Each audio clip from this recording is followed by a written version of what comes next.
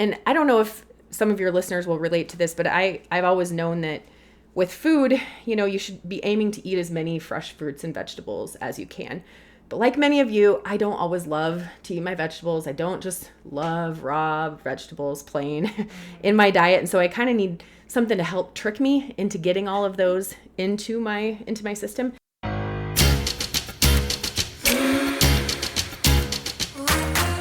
Welcome to Funeral Potatoes and Wool Mittens, a show for people who embrace the warm and cozy spirit of everyday living in the northern Midwest. From the blog Random Sweets, I'm your host, Stacy Mergenthal. You are going to love today's guest. My friend and a true Midwesterner, Leah Brink, has lived in Iowa, Kansas, Minnesota, and for nearly 20 years now, she's called Brookings, South Dakota, home. She's the kind of person who brings the fun to a party. It was her idea to start our podcast today, making strawberry daiquiris in my kitchen, and I certainly did not argue with that. Once we sit down with our cocktails, Leah speaks frankly about the influence her mom had on her philosophy regarding food, and how her short-lived rebellion led to her own goal of fitting more fruits and vegetables into her and her family's lifestyle, in more of a lifelong enthusiastic sort of way. But don't worry, along with the nutrient-packed smoothies Leah starts her day with, and the salsa, soup, the Caesar dressing, bean dip, and hummus that she makes in her Vitamix blender, we still talk about Cajun cream sauce, chicken Alfredo, decadent fudge, and Taco John's. Speaking of South Dakota, Leah is a second-generation South Dakota State University alum, with her daughter Maddie, a junior at SDSU in Political Science, with a goal to attend law school. Her son David will graduate Brookings High School in 2024, so she only has 1 year left of being a busy baseball and hockey mom. Leah has spent her professional life in a variety of careers, from property management and owning and operating a restaurant. For those of you who remember Mad Jack's and Brookings and their Indian tacos, that was her place. And then she went on to international services, which gave her the opportunity to travel to London about 15 times, and then on to corporate recruiting, and now most recently, a marketing and training executive. But she doesn't limit herself to whatever her current job role is. Leah commits to understanding her community and using her skills to play a part in it, like serving on countless boards and commissions, performing as her church pianist and organist for 14 years. She served 3 years as an elected city councilor, too. She's really one of the smartest, polished, and energetic people I know, yet she humbly champions for her family, friends, and the community of entrepreneurs that she surrounds herself with. Leah loves being a South Dakotan, and she cherishes her childhood memories of picking potatoes and tending to the raspberries and strawberries at her grandma's farm in rural Trent. Now, Leah shared her recipes for good green smoothies and strawberry daiquiris and photos of her family and her Vitamix blender creations. So while you're listening to this episode, go to randomsweets.com and you can check it all out there. This episode is not sponsored or endorsed by Vitamix, but just like friends chat about stuff that make our lives easier and more fun and meaningful, I'm excited to hear all about Leah's experience with her new blender. As she says, the kitchen tool I never knew I needed. Before we get started, please subscribe if you're new here and set yourself up for notifications of new episodes. So let's go make daiquiris with Leah Brink. Leah Brink, welcome to Funeral Potatoes and Wool Mittens. I'm happy that you're here with me today. Thank you. Not only because you're making frozen strawberry daiquiris, but it's just good to see you. Yes. Thank you so much. So at the moment, we're starting out in my kitchen because you brought your Vitamix, which was a new toy that you got at It's my baby. Christmas last year? It was for my birthday. No, yeah, birthday. Birthday was last year. Yeah. Okay. And so you and Jen Miller were talking, we were texting one day. We were talking about the first episode that I did with Jen Miller, and she asked me on the fly, what piece of equipment or what kitchen tool would you not be able to live without? And I think I said my KitchenAid. Uh-huh. And you texted us and you said my Vitamix. And Jen Miller was all like, me too. And you guys were going back and forth. And I'm like, I don't have one, so tell me about it. And you've been practicing and experimenting with all sorts of things. And yeah, so I want to hear about it. This isn't sponsored by Vitamix, but who knows if I'll end up with a Vitamix. It's a lovely piece of engineering, let me just tell you. And I would say prior to the Vitamix, my favorite kitchen appliance was my KitchenAid mixer. And I thought that was the most wonderful thing. And it does all these great things. It's so powerful. And I like to say about the Vitamix, it's the tool I never knew I needed. Because I was telling you, I didn't necessarily ask for this gift, or it wasn't like I've wanted this, it was on my list for so long. It was a surprise. And I had been kind of toying with the idea of getting a different high performance blender from a different brand. And I just never pulled the trigger on that. So I got this Vitamix and I was like, wow, this looks like a substantial investment. And I will say mine is a professional series 750 for those of you that are wanting to know which model this is. I didn't know anything about this thing, but I tell you the unboxing experience was was pretty great. And it came with this beautiful glossy cookbook, half in French. And it had all these lovely tools and it just the way it was organized and the way it presented the information. I read the first few pages and I was like, yep, this is for me. This is what I needed. And I don't know if some of your listeners will relate to this, but I've always known that with food, you should be aiming to eat as many fresh fruits and vegetables as you can. But like many of you, I don't always love to eat my vegetables. I don't just love raw vegetables plain in my diet. And so I kind of need something to help trick me into getting all of those into my system. And you'll look at like supplements and things that are out there, but I think our gut instinct, we all know ultimately that the real whole food is the best way to go. And so I remember when the juicing craze was big a while back. And I loved a juicer for a time, but... Did you have one? My mom had one, and I had custody of it for a while. But it was like, you'd have to buy a bag of oranges to kind of turn it into one glass of orange juice. And you don't do that very much without realizing this is a whole lot of waste, And that was the flaw with a lot of the juicers that I saw, is that so much of the actual like peeling and pulp of the fruit or vegetable was just pure waste. And the Vitamix is not like that. The Vitamix can take everything that you put into it and churn it into a velvety, lovely texture that you want to consume. And so I've been really happy with it. So we're going to make this strawberry daiquiri here. And what we're going to start with is 4 ounces of a rum. And I'm using a coconut rum to start with. You could use a regular light rum. Kind of depends on personal preference. But we're going to do 4 ounces of a rum. We're going to do 2 ounces of triple sec, and I'm putting the liquids in first. That's very important with Vitamix cooking. You need to order your ingredients. You need to start with your liquids. Those go on the bottom. The next thing you add are your powders, and in this case, that would be seasonings or anything like that. In this case, I'm going to add a little artificial sweetener here and add some powdered sugar into it. Powdered sugar. Okay. Yeah, you could do it without, but I think to make a nice tasty one like we get at a restaurant, I'm going to add some powdered sugar to this. The recipe calls for 2 to 4 tablespoons. I'm going to go with probably a little less than 2 tablespoons to start and see how we like it. So that's my powder item. And then I'm going to also add, I got to add some lime juice here too. I'm going to add about 2 ounces of lime juice.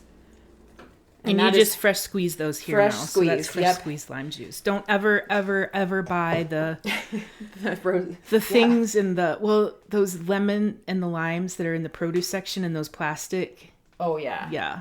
Not good. Don't do that. And then for this recipe, we needed about a cup of frozen strawberries. It recommends letting those soften for about 10 minutes or so out of your freezer. So what I noticed is that those are whole strawberries. They are. So this thing is it's gonna eat these up. Wow. Yeah. And so they sound like little golf balls going into there. And then we're gonna add, on top of that, we are going to add ice cubes.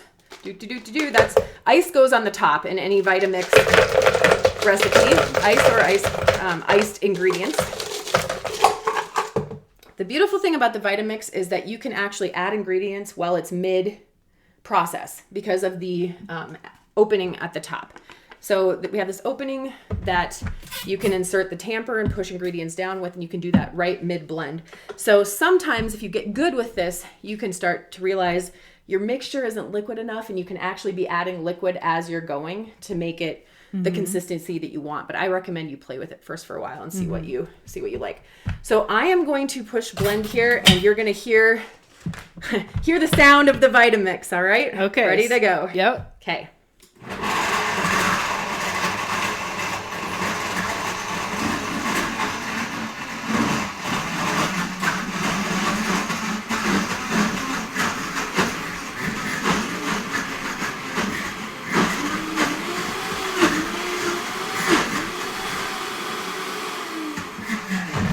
Okay, this one is a little thicker than I might like it. So I'm going to actually give us a little more lime juice in here and get it a little more processed so that we can drink it. A lot of it is, again, based on your personal preference for how you want that to go. Mm-hmm.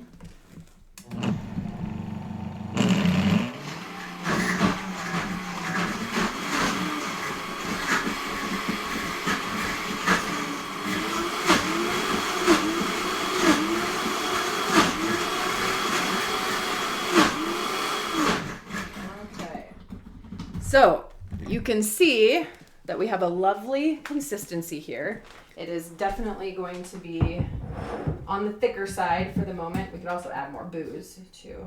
Well, that never hurt anything either, but yeah, I definitely like how, because you did at one point need to take that little cap off the top and then tamper to get some of those strawberries moved around. Oh, a spoon? Like just a... Yeah, just something I can grab it out of here. Let's see. There you go. Maybe a bigger one like that, kind of? Sure. I don't know. Or do you need something bigger? No, that'll work. Okay. I can give you a funnel, but it's probably too thick. Yeah, this one is pretty thick, and I think that's because I added, I tend to go heavier on the fruit because I like them. Yeah. Extra fruity. And this is kind of more for our exploration purposes too. So what you just made there was enough for about 2 drinks when you were doing the 4 ounces of alcohol. Well, 6 total because 6 total. Yep. So that's a good. Because you have triple sec and the rum in there. Okay. Yep. So if you're doing, there's a lot of good whole fruit margarita recipes too with the Vitamix. So you could just use like an orange, a lemon, a lime, and some tequila and some ice, which is really good. So you can peel your lemon and lime and stick the whole things in if you get, try to get seed-free ones. I know for sure that I have accidentally had seeds in my citrus fruits before. You don't know that one. Oh, I bet. Yeah. This thing just shredded everything. Yeah. I mean, when I've had frozen strawberries, and like I said, I have a blender, and when I've had frozen strawberries or any kind of frozen fruit, it doesn't chop it up like that, let alone having the ice in there at the same time. Right. It smells good. Well, you should give it a shot and see. All right. See what you think. So I'm gonna taste it, and then we're gonna. This is what I like to do. I taste it and then adjust if you need to. Would you dump it back in there? Sometimes I do. Yeah? Yeah. Yeah? It's really good. Is it good? I wouldn't do anything. Oh, I can definitely taste the lime, which I love. Good. Mm-hmm. Yeah, I was a little heavy on the lime. I put 2 full limes in there. So I think this now means that when Sanderson Gardens has all their strawberries, we go pick, and I don't always know what to do. Yeah. I wash them and dry them, whatever, chop them a little, give them to Kalani to make smoothies. She's going to get less now this year. Because I think we need to keep some of them. Yeah. So good. Cool. Well, we're going to take our daiquiris and move out into a different area of the house, get comfortable, and have some drinks, and talk a little bit more with Leah, okay? Perfect.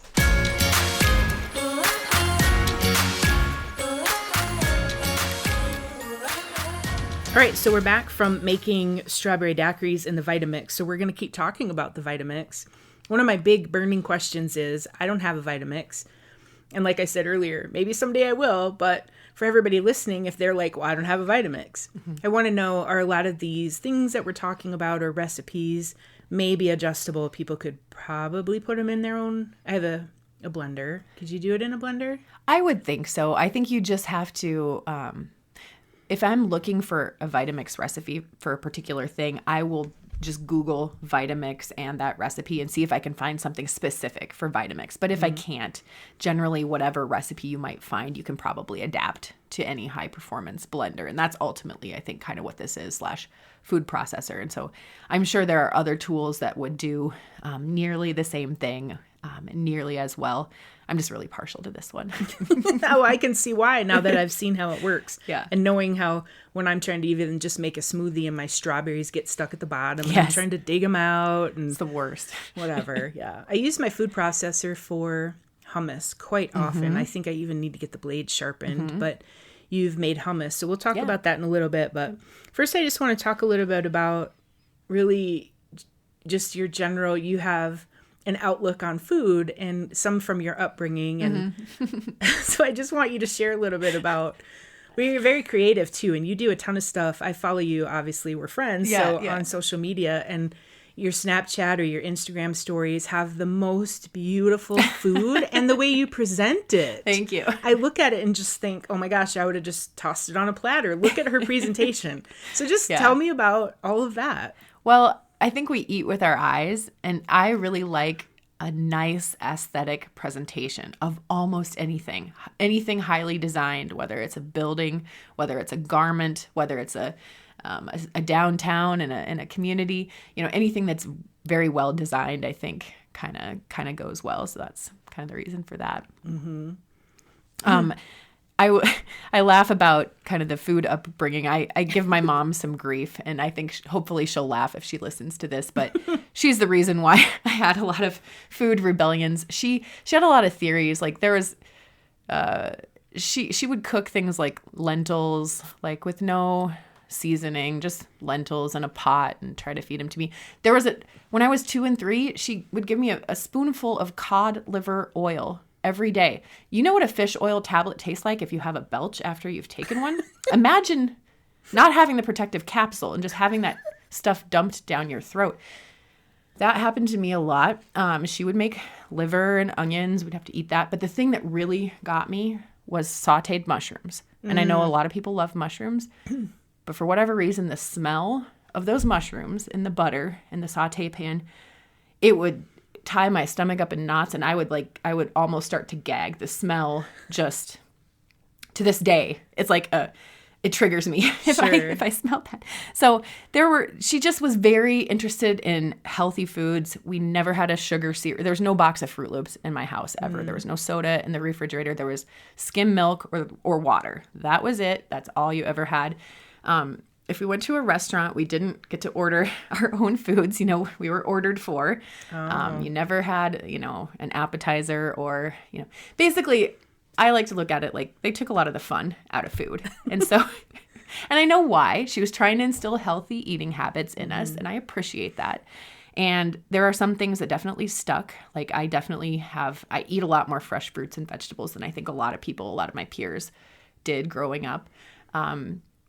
But yeah, there was just a lot of that. So when I was a teenager, I'd have this curious situation where a lot of my friends would like to come to my house because they could eat a leftover turkey or ham from the bone or some kind of, healthy salad that they never saw in their houses, and I would be like hankering to go to their house where I could get a Schwann's frozen pizza and a tube of ice cream out of their deep freeze. It was two different worlds. And so, I think I rebelled when I could make my own food choices. I kind of went deep into, we're going to eat all the junk food that we want. And yet didn't go too far down that path before realizing, you are what you eat. You can't, there's a lot more tied to our gut biome than we know about. And there's so many things that we just don't know the linkages of. And over the past several years, probably because of COVID and a lot of other things, but I've kind of really gotten to the point where I'm recognizing every processed food is garbage. It's poison for our systems. It's not what we're meant to eat. It's not good for us. And so the more we can get those things out of our diets, and I'm by no means am I good at this. I eat plenty of Taco Johns. Let's be real. But I know that that's the goal. And so that's what I've been trying to focus on with the Vitamix, and using that as a tool to help me spoon feed more fresh fruits and vegetables into my own face and the faces of my families in a way that they will find appealing and not like a chore that they have to run away from, not give them those negative feelings that I remembered from my youth. So right. It's very interesting that, how did I grow up? We ate a lot of Midwestern food. I don't want to say we didn't eat healthy food, but I'm sure my mom tried in her way, so I'm sure that if we had potatoes and meat, we had a vegetable, but Right. we had a lot of pastas and canned soups, and that was a financial thing too. Yeah. And knowing what things cost now, I'm assuming, I can only assume that when I was growing up, it was the same. The ratio of what things cost of healthy vegetables and fruits are way more expensive than a can of soup. So to make a fresh pot of soup is more expensive. So I guess I've always thought that people that grew up eating those healthy foods, then it was very easy for them to only eat healthy foods. So, I mean, it's good for me to hear you say that it's not easy for you and that you're trying to teach yourself to get those incorporated into your diet and into the kids as you're making food at home. We were talking earlier about how it's not easy, but we love fruits and vegetables. But it's easier to grab a pack of something or go get something than to have all these fruits and vegetables prepared. Yeah. See, that's a hack I recently learned as well. In order to make that easier, I don't do meal prepping or anything like that where I spend. But if I go to the grocery store over the weekend and I come home with all my spinach, all my produce, what I'm trying to do now is try to have the discipline to take the carrots and celery, peel them, first wash them thoroughly, then peel them, and then cut them up so that they're ready to eat, and then put them in clear containers so they're at the front of the refrigerator. So somebody opens the door, they see, oh, there's a bunch of veggies right there. I can just grab those and eat them. I don't have to do any work for them. Right. Therefore, they eat more veggies. If they had to do the work, they wouldn't eat the veggies. And I know that. So, and I'm the same way when I come home from lunch, or for lunch, I'm not going to spend all that time doing that. But if I can do some of that prep in advance, that's great. And then if you have all these containers of produce prepped in your refrigerator, that also feeds your smoothie maker. So they're all ready to go. You can just chuck them right in. Right. So you have your kind of week's worth of all the fruits and vegetables sitting there, and you can kind of put together whatever and sounds good. Yep. And how I do the smoothies too is whatever is in danger of spoiling in my house, that goes in this smoothie first, Yeah. Of the, starting and honestly, to wilt the more ripe the bananas are, the better they are in smoothies. So you can take your frozen brown bananas out of you have another purpose for them now. They don't just have to be banana bread. They can be smoothies, and they're lovely. Hey, so that's a good thought. Yep. A lot of times I'll mash up the bananas. I mean, I'll slice them and freeze them, give them to Kalani because she likes to make herself smoothies. Yep. For my baking, I'll mash them so they're like in 1 cup measurements in the freezer. Probably no different if I squeeze that pack into the smoothie, right? Exactly. It doesn't have to start with chunks because it doesn't end up being chunks. Correct. So there's no difference. Yeah. Oh, okay. Yeah. And what I'll just do, I throw browning bananas into the freezer just whole. Yeah. So I'll just take one out that's a rock, and then you might have to soak it in some hot water for a little while so you can get the peeling off of it. But no, most of the frozen ingredients go right in. And like you saw tonight, the whole strawberries, no problem at all. And speaking of those strawberries, so I'm going to have a drink Keep of my sipping. daiquiri here. Yes. So it's a little noisy. It's good stuff. Absolutely. Yeah, but I've always just, I feel like I've evolved my cooking. I look for, first of all, what pleases me and what tastes good to me. That's definitely part of it, but it's also a part of, the presentation value. I think that's fun. I do like to host when I can, and so probably my big thing every year is hosting Thanksgiving. So I put a lot of work into that, and I have a big group and a lot of homemade stuff that comes out of the kitchen at Thanksgiving, and that's a lot of fun. It brings me some joy to do that, and I think generally people around me appreciate that because it's sometimes the touches that you just don't do every day, and I think that adds to the the specialness of it a little bit, and that's what people tell me anyway. Yeah. No, I've seen your spreads. They look really beautiful. If I were to ask David and Maddie what their favorite, most requested, if they could ask you to make something for them, what would it be? It could be the homemade chicken Alfredo. So, I mean, I'll do, a really, really high-end homemade Alfredo sauce from scratch, of course. But I think what really makes it good is I've learned recently that with chicken breast, if you're starting with frozen or raw chicken breast, what I do now is I always brine them for 15, 20 minutes, soak them in there, pound them, and then put seasonings on both sides and basically broil at 450 or 475 for 15 minutes. And then you take them out and you put foil tenting on it so that it sucks keeps the moisture into them, let them rest for 10 minutes. if you take a whole package of chicken breast like that, you can slice up that chicken and it goes great in your salads and your chicken tacos on, anything you want. So I use that for pastas then too. And it just really makes it good. What do you brine it in? Just salt water. Just salt water and that's it. Yep. Just soak it in the salt. Yeah. And you haven't pounded it or I'll usually pound it either before before or after the brining. Kind of doesn't matter, I think. Whichever So way. both Maddie and David would say the chicken Alfredo? I think so. They like a lot of my pastas. I generally do a lot of pastas.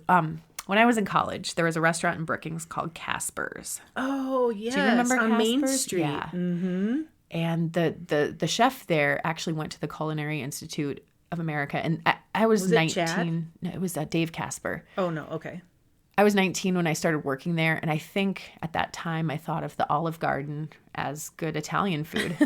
Yep. And I remember Dave going, "Are you freaking kidding me? That stuff is frozen. It comes on a, on a truck. Let me show you how to make a sauce." And everything that he did was in individual frying pans, fired live, every single thing. And so I watched hundreds of times as different pastas were put together. Cajun cream sauce. I learned how to love and make that from him. Also, they had a beer cheese soup or a brewer's cheese soup on their menu. And I figured out a recipe adapted off of that I've been using ever since. And it's also a highly sought after, like people want that. And then the other thing that I'd say is kind of my specialty is fudge. I make a lot of fudge. And we call it the Fanny Farmer fudge recipe. That's just what my mom said when she gave it to me one time. But so I'm sorry if it's Fanny Farmer proprietary property, but it's on my note card. And it's a recipe I've been making for 30 years and gotten good at it. So it's a chocolate one or is it anything different? It's chocolate. I make pure, like plain chocolate, or I'll add walnuts or pecans. Okay. I like it with nuts and I also like it plain. Mm-hmm. But I just like the purity of, like the thing about fudge is you have to have the discipline to slow boil it as you stir. You cannot stop stirring for a second. You have to do that for 15 minutes. So you need to like put your phone next to you, grab your beer, like right. Forget about the laundry. Yep, get your helper situated because you're going to need another person to help you pour this hot boiling concoction into the other ingredients so that you can melt it all together. So like it's a 2-person job in my household, and I have the scars to prove it because I've tried to do it as one person before. And if you spill that hot sugar, that stuff on your skin, that's painful. So the recipe came from your mom. It did, yeah. Okay. Isn't that funny? It is. She has a fudge. Did she ever make it? She did, and I loved it as a kid. Like there were things that she made as a kid that I still remember so fondly. There was an anise candy that she would make too, like this red hard candy. And I feel like she probably only did it a couple of times, but like I've remembered it for so long. And so what kind of happened was when I got to the point where I expressed how much I liked these things, she just told me I was in charge of cooking them. Oh. So now here you go. Here's the recipe. You make the fudge. Mm-hmm. So my mom wouldn't let me eat cookie dough because of salmonella scare. And so I learned at an early age, okay, well, I'll make the cookies because then I can eat the cookie dough. Nobody will see right. if I just make the cookies. So that's kind of what I did. Okay. Yep. Okay, so Maddie and David you're still making meals for them. Yeah. Obviously, he hasn't graduated yet. Maddie's not going to want to eat at college all the time. For one thing, it's not that great and it's very expensive. Mm-hmm. So you still get to do some cooking and baking for your family, which is nice. Absolutely. We're really into dump cakes right now. Oh. Do you know about those? I know that I have this recipe for, you just do like cherry pie filling and the box cake mix that you pour over the top, do some butter. Yep. Yeah. Am I on the right track? You're here? Exactly right. And you can do them with almost anything and almost any kind of cake mix. But what we found is that we have a big rhubarb patch in the backyard. And so rhubarb with like an apple or two makes a great dump cake. And everybody just loves it. So that's a good Have you ever made Coogan? I never have. I've wanted to. So I'm just thinking about that because I'm just working on Betsy's podcast. And she talked about all this rhubarb because when she and Russell got married, his aunt made all the Coogan for the entire wedding. Mm-hmm. They didn't have cake. And they had rhubarb. And so she talked about going around and collecting all this rhubarb in order to purpose for all those Coogan. So I was just wondering, because it's the state dessert of South Dakota. I've not made it. Well, and this just made me think of another random fact. If you ever read the Little House on the Prairie books, Laura Ingalls Wilder, she would refer to pie plant Like they would make, talking about a pie made from pie plant. Pie plant is rhubarb. Yep. Yep. Well, that makes sense around here. Mm-hmm. Yep. Yeah. I had to Google that one day. I was like, it all becomes clear. Well, let's talk about the Vitamix a little bit. So you got it as a gift unexpectedly. You didn't have it on a wish list, and here you open this box and you're like, what? What is this? I think is what I said. But it was this beautiful, heavy piece of equipment. And, when I opened the box, I was intrigued immediately. You can kind of tell something, the weight of this machine. It's a heavy machine. You can tell it's substantial. Mm-hmm. Every piece of it seems well designed and well made. And then I started reading the manual that came with it. It's half in French. It's beautiful. And then the other half is in English. It has beautiful photographs. And I liked the way they started the book. They first talked about kind of the history of the company, the reason why this is important. And then it went into basically how to use the machine and how to care for it and how to pass it down when you're done. So that they claim that this is an heirloom item. You're going to keep this. You're going to be able to share this with another loved one in the future because they're that well made and they should last. So I became intrigued by that. And then it was just very clear. They had this lovely little diagram that kind of showed you the order of ingredients that you should put into your smoothies or into your recipes. And that is really important. I would highly encourage everybody who does high performance blending, pay attention to that. The order of the ingredients does help you mix those ingredients better. So that's definitely something to be aware of. It has a self-cleaning feature, and it also has this beautiful tamper that you can actually insert in the top when you are mixing. It is specially designed so that there's no way you will hit the blade. You can insert this thing in there and move your ingredients around. You can add more liquid while you're mid-mix. You can add, what happens to me is I sometimes forget my fresh mint in my smoothie and it's halfway blended, and then I run over to my mint plant and cut some mint leaves off and run back over and chuck them in, and they can still get blended in that cycle before it's done. Mm-hmm. So those are some really great features. When you're done using it, you do literally just take 1 minute of your time to self-clean it. First, you just rinse the ingredients out of it. Then you fill it half with warm water, one little droplet of a dish soap like a Dawn or something like that. And then you run the clean cycle. You stick it right back on its base, you run the clean cycle, and it's clean. It never gets submerged. And so it's always there. In my kitchen, it's always standing there right next to my sink, ready to use. And so that means I use it. It's right there. I can see it, and it's accessible, and it's easy. Yeah, like you said, if you have your fruits, vegetables, your spinach, all those things ready to go, and then it's sitting on your counter. Mm-hmm. And I watched you clean it in the kitchen up there, and it was done in no time and clean and very powerfully cleaned. Yes. I said, this is what they do in the restaurants or in the professional coffee shops. This is how they clean their machines. Exactly. I didn't know that they made them for at home, but you're right. You make a smoothie, and the other kinds, you just set the thing next to the sink, and you're going to have to wash it before you can get to it next time, whatever. Yep. So I really liked that. And I lifted it too, and it is very heavy. Well, I had only ever had really crappy blenders, like your 1995 specials. And so every single one of those, you have to take them apart. They're 9 pieces, you're trying to wash them and clean them. That's just annoying. I never wanted to use that appliance ever. Yeah. Doesn't matter what I was making. This appliance is different. It's so easy, and it makes you want to use it. It's just, I don't know how to explain it, but you just don't have to be afraid of it, and it's just so easy. It just becomes a tool that you can then leverage and use. And in my approach to cooking, I'm not one, I might have an idea of what I want to make if I have, but if I don't have all of the ingredients, I absolutely will substitute. I will switch up ratios. I do not follow recipes to the T. I'm very big on doing my own thing at all times.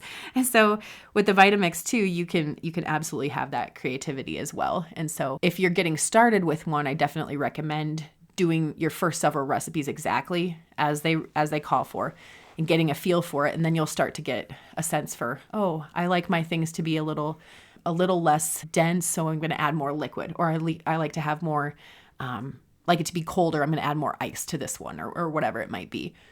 So you really can make it your own. And once you have the principles down of approximately the ratios of liquid to ice or liquid to veggies or chunks or things like that for the consistency that you're going for, then you can just get really creative and do whatever you want. And believe me, I've had some things that haven't turned out so great. Mostly that is in the color category. Oh. Yeah, you were talking about putting it Yeah, because What'd you say? Spinach and strawberries will make it kind of a brown. it will look like baby diarrhea, and that's not what you want. That's not what you're going for. So that is a really big thing because, again, we eat with our eyes. And so you want to, if you're going to try to feed your family vegetables in a smoothie and they're going to be a bunch of spinach, you probably want that to be a green smoothie versus, if I'm going to hide some carrots and some hunks of pepper or something like that, orange or red pepper, then you can do like a red-based smoothie, some cherries, some strawberries, maybe a handful of blueberries or something like that. I just try to follow kind of the color groups. Am I doing a green theme? Am I doing a red theme? And then the ingredients can kind of go accordingly. Mm-hmm. So talking about spinach, I think, so we were talking about how this episode sort of came about and the Vitamix, your obsession, and it was just fun. And Jen said she has one too. She has 5 kids. I think she said in order to make soup for everybody, she would actually need 2 Vitamix. Yes, I can see that. Right. I think it's a 64-ounce container. Okay. So, yep. And I was just recalling that you were using spinach, and I said, good for you for eating spinach. You said you were drinking spinach. Uh-huh. For somebody like me who's like, I know I need to add some more of those, but some of those I don't like. I can eat some spinach if it's mixed in with different lettuces and eat it as a salad. But you said if you kind of mix it in, and Jen said this too, if you're mixing it with different fruits and things, you don't even taste it. You never taste it. It's a great way to get all those vitamins and the nutrition from it without tasting it. So I want to try it. And like I was saying earlier too, if your spinach is starting to turn in your fridge, don't throw it away. Stick it in a smoothie. You can't tell, and you still get all those nutrients from the food. Mm-hmm. So talk about the order of ingredients, because when I've done smoothies, I'm always putting in those frozen strawberries at the bottom first. And this order is not that way. So talk about that. It's inverted. So what they want you to do is that your liquids should be on the bottom, closest to the blade, because in the Vitamix, it's a blade that's pretty low to the bottom of the container. Next, you want to add your dry ingredients. So that would be powders or seasonings, things like that. Like we use powdered sugar for our daiquiris. Yep, we use powdered sugar in this, but it could be anything. In my normal breakfast smoothie, I'm adding flaxseed, I'm adding chia seeds, I'm adding a bunch of matcha powder, which is presumably green tea and healthy, but what I like about it is it's got caffeine. So I'm kind of addicted to my morning coffee, but if I'm going to have a big green smoothie, I can just throw a bunch of matcha powder in my smoothie and get that caffeine in there. Does it give it that taste? It doesn't taste. No, it doesn't. It tastes a little bit like green tea, but depending on how much you use and what your other ingredients are, it's not overwhelming at all. Okay. So I'll put those powdered ingredients in. I usually use either a whole fresh lemon or a whole fresh lime, and I'll typically juice them rather than peel them. But you can just peel a whole one and chuck it in if you have a lemon or lime that you can easily peel. I usually add ginger, a bit of fresh ginger that I keep in the fridge. As previously mentioned, I'm growing my own mint in the kitchen, so I'll add a bunch of those mint leaves in there. And then whatever green fruits and vegetables I have lying around. So if I have green grapes going, those are nice and sweet. So that'll give your smoothie a nice dose of sweetness. So if you're starting with a bunch of green grapes, you can add way more spinach than you think you would be able to add to one of these without it tasting spinachy. Because you said that earlier we were talking and you said you're not adding sugar to these. I'm not. I mean, this cocktail, yes, but when you're doing your smoothies, you're not adding sugar. So I'll do these grapes or a banana if I have one of those, a bunch of spinach, and then I'll add a bit of, my liquid I use is typically kombucha or just drinking water. My mom makes homemade kombucha. Right. It's a probiotic. So I'll use that. And it also has, and she makes hers is different every time. It has a different flavor to it depending on what she put into it. So I can never quite predict how it's going to turn out, but there's a little tang to it. And I just know it's more healthy goodness in there. And then I'll put in frozen pineapple chunks at the top, or maybe a tiny bit of frozen mango, kind of whatever I have in the frozen side. If I'm running low on frozen pineapple, I'll add more ice cubes, and that then I'll blend it, and I'll end up with something that's green and gorgeous and a uniform texture. There will be no chunks. There will be you can't even see a leaf particle. Like, it's completely uniform. Sure.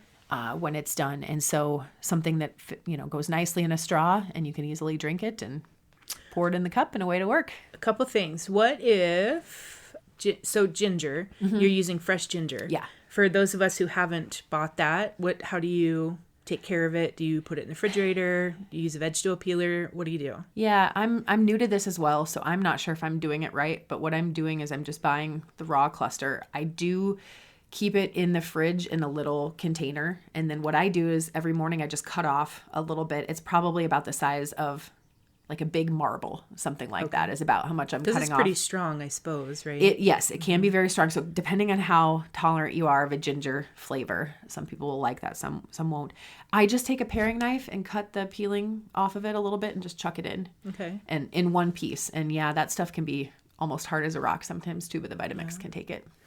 So I haven't used fresh ginger like that, but using a spoon, I've heard, to scrape off the skin is what works really well. Yep. You don't lose much, but Yep. So if somebody doesn't have their mom's fresh made kombucha, yeah, water. What other liquid would people use? I would say water probably, or juice. If you're making, you can make smoothies that have like a vanilla yogurt or even like a plain yogurt as a base that can add to part of your liquid. You'll probably still have to add some water to that. Mm-hmm.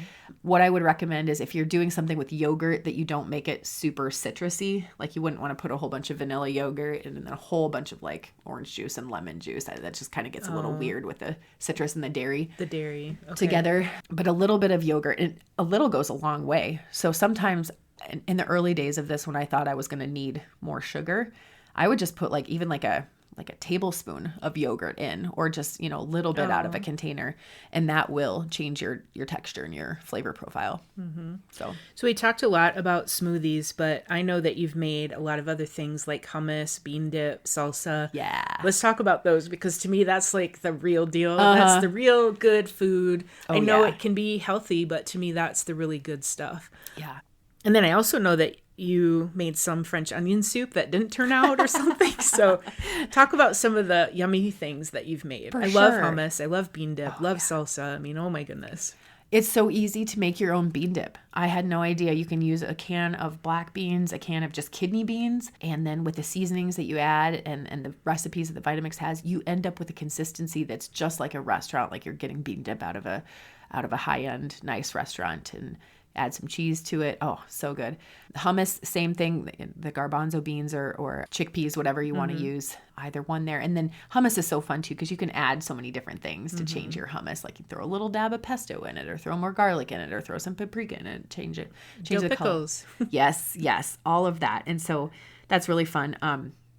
I will say, one thing with the Vitamix is that it's not great at making like individual portions. So you're not going to make enough hummus for you to have one serving. You're going to make enough hummus to serve a meal of 10, Right.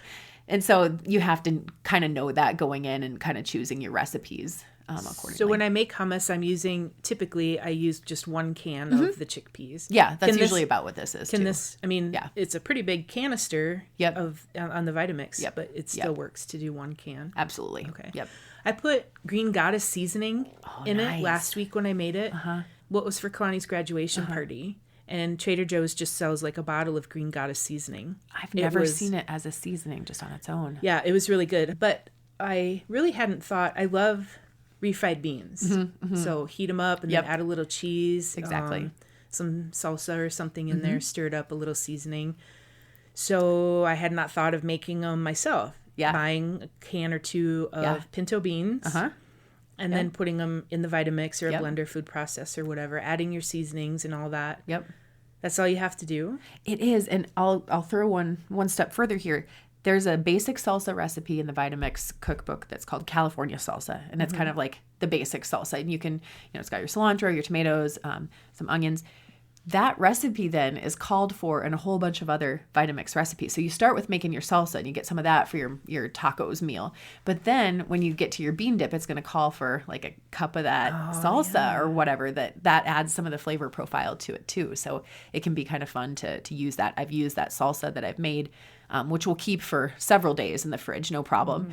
But I'll use that in other recipes and stuff too. So it's so great. And with tomato season, will be coming up here in South Dakota, and it'll be a great way to help use a lot of those tomatoes too. Because you grow quite a few, don't you? I do, and this year I have been a gardener who has gone and bought the little plants at the stores, and this year I'm trying to be a gardener that starts them from seeds.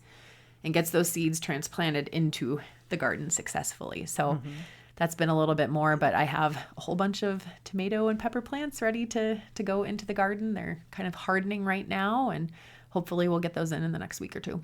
So will you have grown everything that you can do salsa? Bell peppers, jalapeno, Pretty much. tomatoes? I used to like to say my garden basically exists because of my obsession with salsa. Oh my gosh. Do you grow garlic? I've never grown garlic, but I have an onion patch growing now, which is pretty great. I have chives that just go gangbusters every year that come back. I have mint and oregano outside that also come back every year, which is a lot of fun. And then inside, I've gotten into these arrow gardens. So I'm growing hydroponically. I've got cherry tomatoes and basil plants growing in my kitchen. I just got my first cherry tomato off my kitchen plant, and it was very exciting. Right. Because they don't grow that many, right? I mean, they don't. No, but I mean, right now I have 3 plants going, and each one probably has 10 or 12 green tomatoes on it. Okay. So they're gonna. That's more than what I thought. Yeah, considering that they're only about the height of these microphones. Mm-hmm. So. Sure. Mm-hmm. What about the tomato soup? Talk about soup. So. Oh yeah, there's so many great soup recipes. If you're into like Thai, like things with coconut milk or carrots or curry, or the other thing about Vitamix is there's so many healthy recipes. If you really are a health food person, you will love the Vitamix because they probably have a way to do almost anything. And they have some recipes that call for some ingredients that I, don't usually see in Hy-Vee in Brookings, South Dakota. So there is some of that. But the first soup I made was a tomato bisque, and it was perfection. It was just beautiful. I loved it. I then tried the French onion soup recipe. And I will say, for my money, that's skippable because when you have a French onion soup, you like the liquid with the onions in there. This kind of pureed it more than I wanted, or maybe I just pulsed it too much. Anyway, it was kind of like that flavor profile, but the texture and the look was way different, and I didn't love it. You have such a politically correct way to say that. It's so Leah. Yeah. And Caesar dressing, you said you made some Caesar dressing last week, and you were like, oh, I don't know, because you used fish sauce? I used fish sauce. Okay. I knew I did not have any anchovies, obviously, and I wasn't going to buy any. I don't want to own anchovies ever. I'm not going to use them for anything. But I did have this bottle of fish sauce in my fridge. I don't know how many years it's been there. I don't know that I've ever used it either. It kind of scares me. Where it came from? Correct. No idea. But I saw that there are recipes for Caesar dressing, and in one place it said suggested you could substitute a little bit of fish sauce for the anchovies. And I thought, well, this could go well or this could go poorly. I don't know how strong this is, but put just a little dab in. And I tell you, that was perfect salad dressing. And it tasted so much better than it just would have. And it made the salad elevated. So it was going to be just a chicken Caesar salad. So I had my spinach and I had my chicken breast cooked the way I talked about earlier. And then just to have that homemade salad dressing really tied it together and made it a fancy home meal, even though it was a basic home meal. Right. And then another fun thing that I did is I had a whole bunch of hot peppers from the garden like 2 years ago, or a year or 2 years, like that had just been dried, and they were just in a Ziploc bag in my pantry. Just had these big peppers. I used the Vitamix to turn it into crushed red pepper, and it looks exactly like what you'd buy in the store. It looks exactly like what you see in the pizza shakers. It made it the exact like texture and consistency that I wanted. So I was like, this is brilliant. And I know you can grind coffee beans with the Vitamix. You can take whole wheat germ. You can make your own flours. You can churn butter. You can make whipped cream. I mean, you can do all kinds of things in there.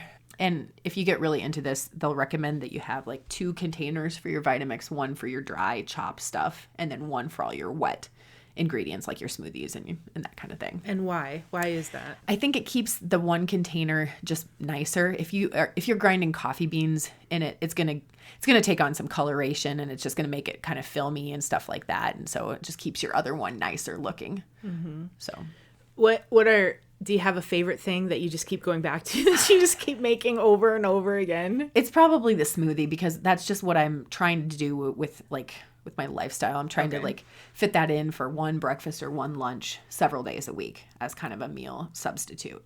Okay.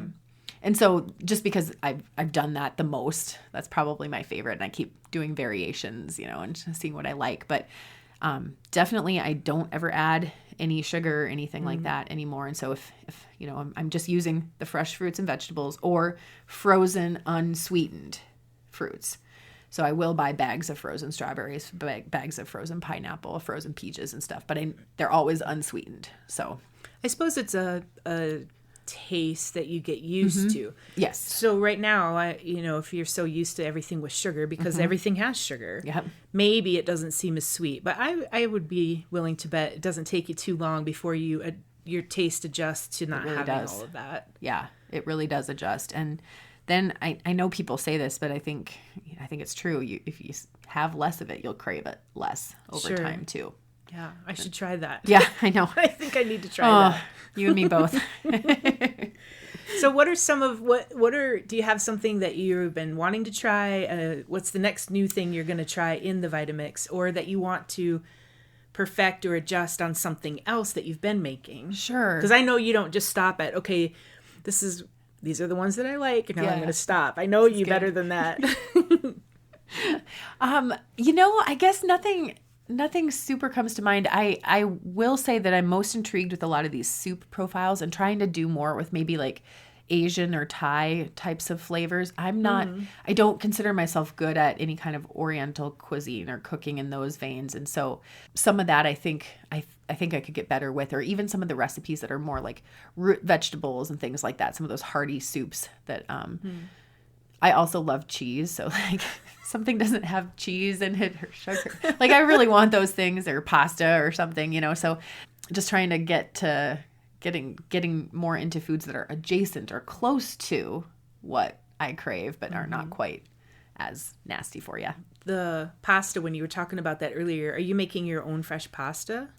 I don't do that right now. Okay. There was a period in my life where I've done some of that, and it is a lot of work to do that. It is really lovely and it can be amazing, but I do more with like making a marinara sauce from scratch rather than starting with a can of tomato sauce. Yeah. So this is sort of off topic, but you have you travel. You've been so many places, but you're a Midwestern girl. But you have family down south. You've gone to the south. Yeah, absolutely. In all the travels that you've taken, do you have any like really memorable meals or foods that just stand out that you're like, if you're ever in this town, you got to try this? Or well, right away, I don't know why, but Biscuit Love came to my mind, which is in Tennessee. I don't know. I think there's one in Nashville and there's one north of Nashville, maybe Franklin or something, but it's just like a breakfast place and it's just really yummy.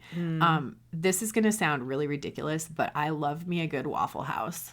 My family and I will go to a Waffle House and we will just eat grits and be happy. And I don't know why, but that's just, we really like that. I have been fortunate to travel so many great places. One meal that stands out was actually a lunch that I participated in one time with a client in London. And this individual, I am not joking. He used the words, he casually mentioned at table that, we were eating sushi and he said, well, I dive for my own scallops off the coast of France. And, like it's a normal thing to do. So that was how that meal went. And what we were eating the most insane sushi I've ever seen in my life. I think that there was a prawn that was about 12 inches long. It had eyeballs staring at me. Like, it was a food presentation like I've never seen. And I recollect this being like a $500 lunch for 3 people, like 15 years ago prices. No alcohol. So that tells you something. It was a good lunch.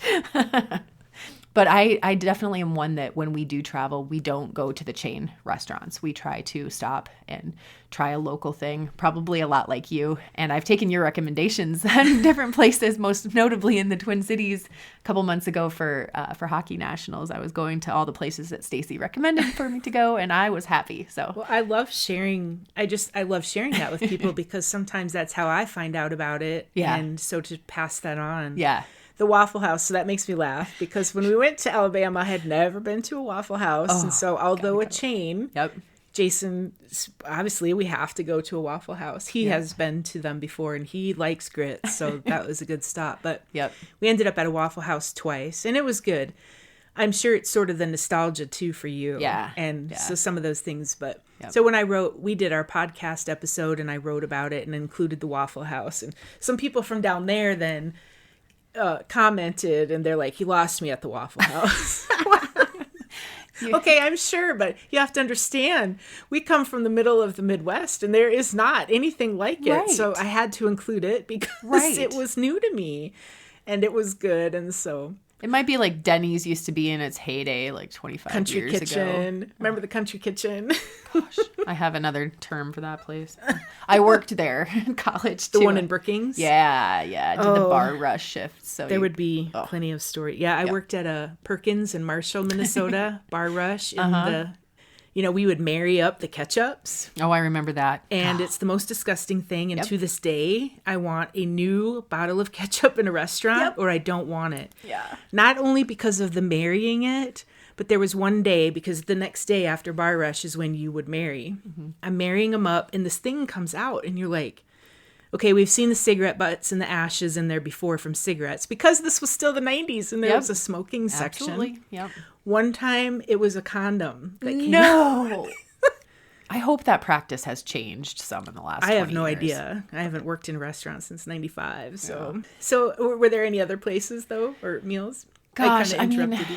Nothing is standing out right now, but I just, I definitely think food is one of life's pleasures. And so that's how I treat it in my life. I don't want it to just be transactional, and I just, it's important and it helps people come together. And so that's definitely the pleasures of the table, I think are something that I hold as a high value. Yeah. And like I said, the way that you treat it too, I can just tell and see that you, like you said, you eat with your eyes, and the visual presentation of what you do it's like a magazine spread. You've had things on there. I'm like, and that could be in Better Homes and Gardens or the food. Very thing. I mean, you do a lot of really good stuff. So. Thank you. I have a lot of kitchen gadgets, and so I believe let's use them. Use the good china, use the napkins, use the silver, get out the crystal dishes and put candy or something simple in it, but just use the stuff because life is short.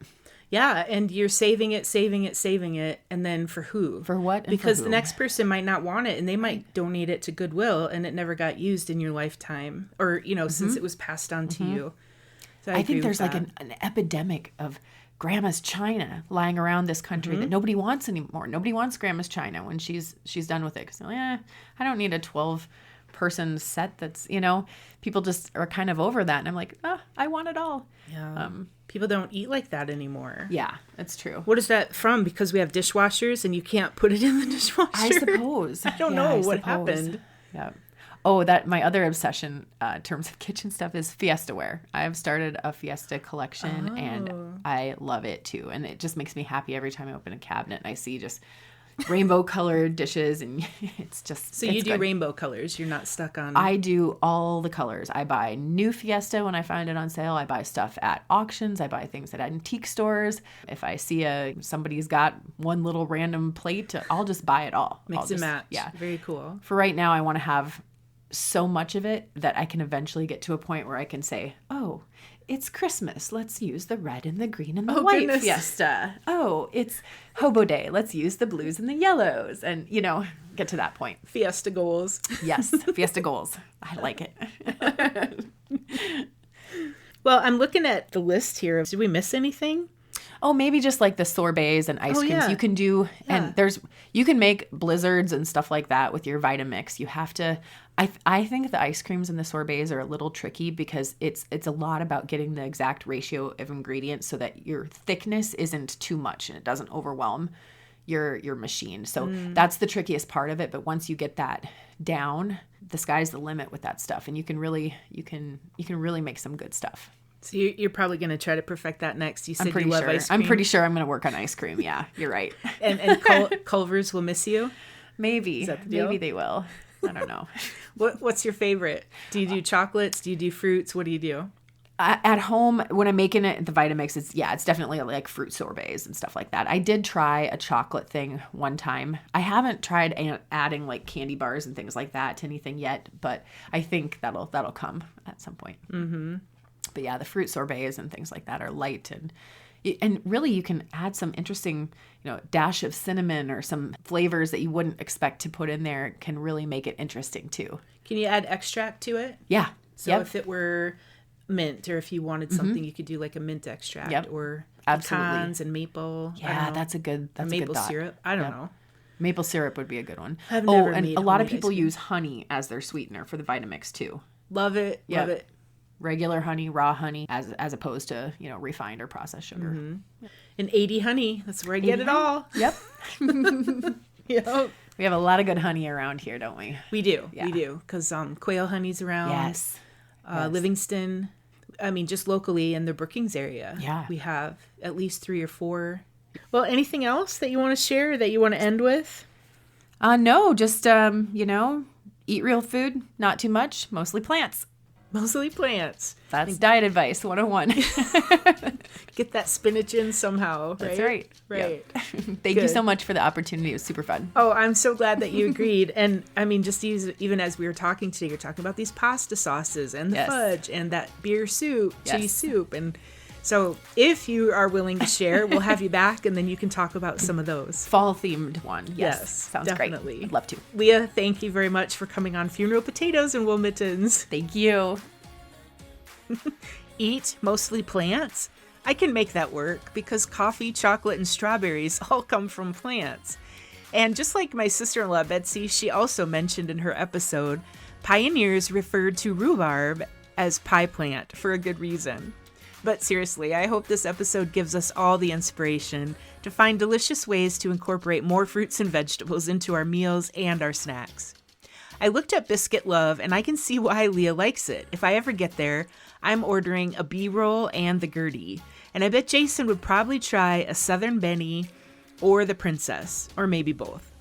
They have 2 locations in Nashville, one in Franklin, Tennessee, with one more coming there in Franklin, and one in Vestavia Hills, Alabama. And remember, you'll find the photos and the links that Leah shared from this episode on randomsweets.com. Thanks for pressing play on today's episode. Stay tuned for an upcoming show with my friend Jen Buse from Tyler, Minnesota, who shares meal and snack ideas for camping. Plus, Madary Acres Greenhouse's owners and experts, Sarah, Lynn, and Brian, will join me for an all the summer and fall things episode that you need to know for vegetable and flower gardening. If you haven't already, please subscribe to Funeral Potatoes and Wool Mittens, and be sure to queue up episodes so you can listen to them while you're gardening and mowing the lawn. Sweet wishes!